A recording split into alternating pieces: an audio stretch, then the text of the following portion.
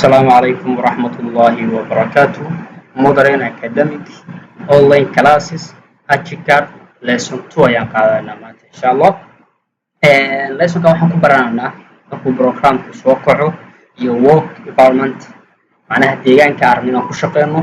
iyo sidoo kale waxaan ku ogaanaynaa optionskiisii iyo toolbarskiisii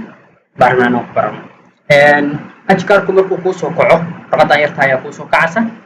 halkaa waxaa la create new project oo macnaheedu tahay markaa rabtay inaad project cusub abuurtid baa new create new project weeye halkaas ku dhufanaysaa markaa rabtid marka in open project macnaheedu waxa weeye projectku markuu ku socday ama file hore oo rabtay muxuu ahaa ku socday markaa rabtay inaad dib u geshid ama dib u furtid waxaad tegaysaa open project baad tegaysaa halkaan mar walba inay ku dooran tahay use a template waa inay ku dooran tahay halkan waa maxay nota yarta bafrosa Archicad 2018 waa inay ku muxuu ahaa 18 template waa inay ku dooran tahay oo macnaheedu waa maxay haddaad isticmaalaysid 19 haddaad isticmaalaysid halka waa inay 19 ku dooran tahay haddaad 18 isticmaalaysid halka waa inay 18 ku dooran tahay 20 haddaad isticmaalaysid waa inay halka 20 ku dooran tahay macnaha waxay ku xiran tahay hadba Archicadka nooca isticmaalka ayay ku xiran tahay halkaas inuu muxuu ahaa mar walba ku doornaato marka anigu 2018 baa isticmaalaya halka 18 baa ay dooran meeshaan set up work environment-ga mar walba halkaas waa furasa halka waa inuu ku doorantaa default profile mar walba waa inuu ku doorantaa default profile waa inuu ku doorantaa default profile maxay naga caawinaysaa default profile waxay naga caawinaysaa waxa weeye programka markaa tagtid meesha lagu shaqeynayo work environment-ka markaa tagtid waxa laga yaabaa mararka qaarkood toolbarskii adeegsanaysay inay weyd baa dhici karta ama muxuu ahaa khalkhal ka galo programkii dhamaa ama waxaa dhici karta muxuu ahaa toolbarski qayb kamid ah weyd baa dhici karta toolbarski waa shaqadii waxay ku soconayeen weeye marka inuu weydinna waxay kugu noqonaysaa caqabad bay kugu noqonaysaa marka saadan u waayin mar walba waa inaad ku dooran tahay default profile waa inaad ku dooran tahay marka maadaama anagu aysan jirin file hore oo aan muxuu ahaa noo yeelay aan furano maadaama aan rabno inaan furano new project cusub maadaama aan rabno inaan furano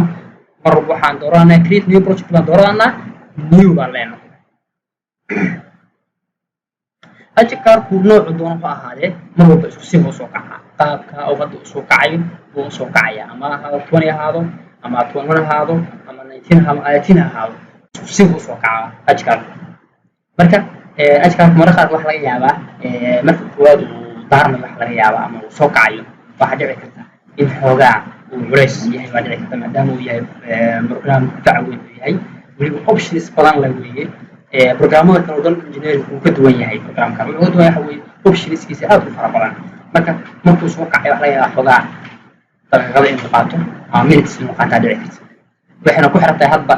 graphic ah haysto laptopka haysto ku xiran tahay programka hadda uu noo soo kacay markuu programku ku soo kaco interface-kan buu ku soo kacayaa wajhadan saan qaabkan ayuu soo kacayaa noocu doona ha ahaado ama ahaado 20 ahaado ama ha ahaado 18 ahaado noocu doona ha ahaado qaabkan ayuu soo kacayaa marka rabtay inaad bilowdid programkan ama engineers oo dhan programmada oo dhan marka rabtay inaad bilowdid waxa fiican inaad isla markiiba shaqada ku bilaabayaan laakiin marka hore ogaatid muxuu ahaa waxa uu ka kooban yahay interface-kani dhammaantiis markaa ogaatid waxyaabaha lagu shaqeynaya ama kuu sahlaya inaad programka ku shaqeysid inaad marka hore ogaatid shaqada intaana bilaabin waxaan rabaa marka hore inaan ogaano filekan ama muxuu ahaa meeshan hore oo ay ku qoran tahay file editing design document waxaa la dhahaa filekan menu bar baa la dhahaa filekan maxaa la dhahaa ay ku qoran tahay intaas file editing review design ku qoran tahay waxaa la magaciisa menu bar baa la dhahaa line-kan ku xiga asna waxaa la dhahaa toolbar baa la dhahaa line-kan labaad oo kii hore ka hooseeya waxaa la dhahaa toolbar baa la dhahaa qaybtan asna waxaa la dhahaa toolbox baa la dhahaa oo shaqadeena boqolkiiba 99 shaqadan halkan baa ka qabanaa shaqadeena halkan baa waxaan ka qabanaa toolbox-ka ayaa laga qabtaa marka hadday uu lahaan lahayd hadday lahaan lahayd hadba waxa rabtay baa shaqadeena dhammaan shaqadan inaan ku shaqeyno ama arrin deegaankan uga shaqeyno halkan maxaa laga qabtaa qaybtan waxaa la dhahaa asana info box baa la dhahaa ama information box baa la dhahaa information box muxuu qabtaa hadba tool baris kan waxa aad dooratid haddaad darbi dooratid warbixinta darbiga ayaa kaaga soo baxaysa haddaad dooratid albaabka dooratid warbixinta albaabka ayaa kaaga soo baxaysa haddaad window inaad dooratid warbixinta window ayaa kaaga soo baxaysa haddaad slab inaad dooratid slabka warbixintiisa ayaa kaaga soo baxaysa marka maxaa la dhahaa info box ama information box baa la dhahaa oo warbixintii tool boxka hadba midka aad dooratid ama hadba midka aad joogtid warbixintiisii ayuu halkaa kugu sheegayaa qaybtan iyadana waxaa la dhahaa navigator project ama waxaa la dhahaa project browser baa la dhahaa project browserku waxyaaba badan buu asan noo qabanaya waa adeegsan doonaa insha allah hadduu alla idmo wuxuu noo qabanaya waxa weeye horta sectionskeeduna tusayaa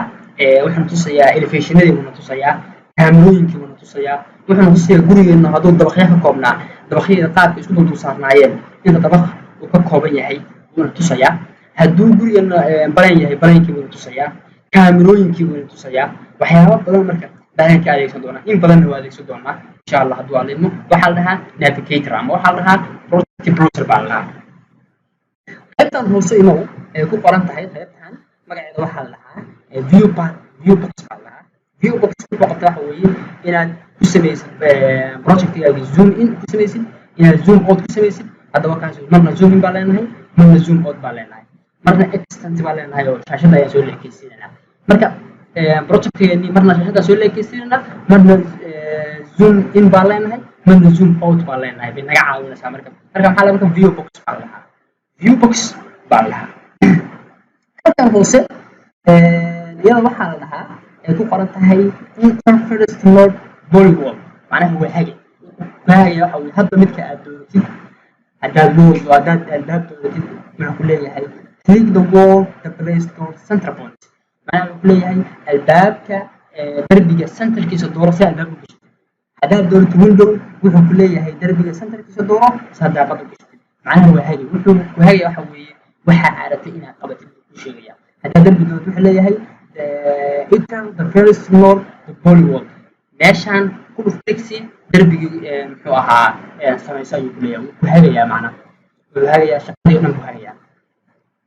hadda waan baranay soo maahan dhammaan muxuu ahaa halkan waan baranay halkan waxaa la dhahaa shaqadeeni waa inaa mar walba maskaxda ku haytaa menu bar baa la dhahaa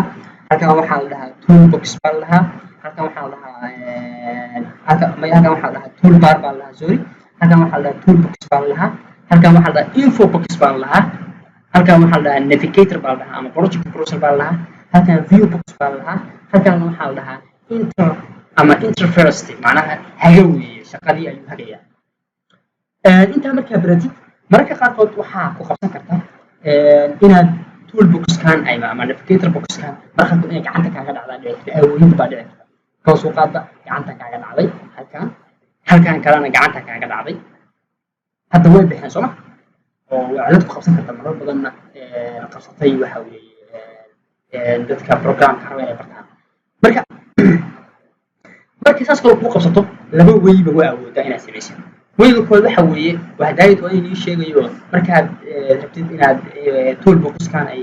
ku joogaan waa inaad default setup waa inaad doorataa default profile waa inaad doorataa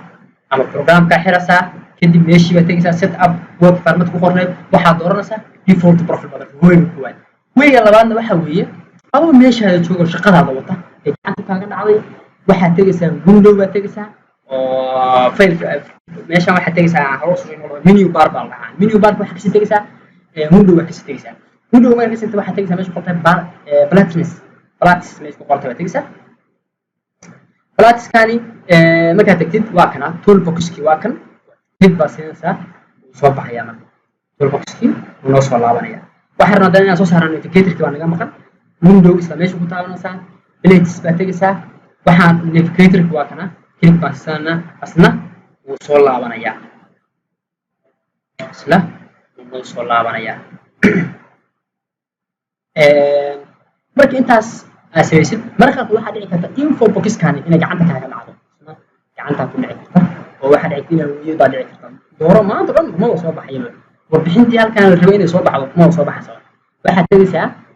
window baad tegaysaa isla meeshii baad tegaysaa info box wakaas info box wakaa ama information box hadda waxaa u taqaan marka ku fatid wuu kuu soo baxayaa marka saa ogaatid marka waxaa rabnaa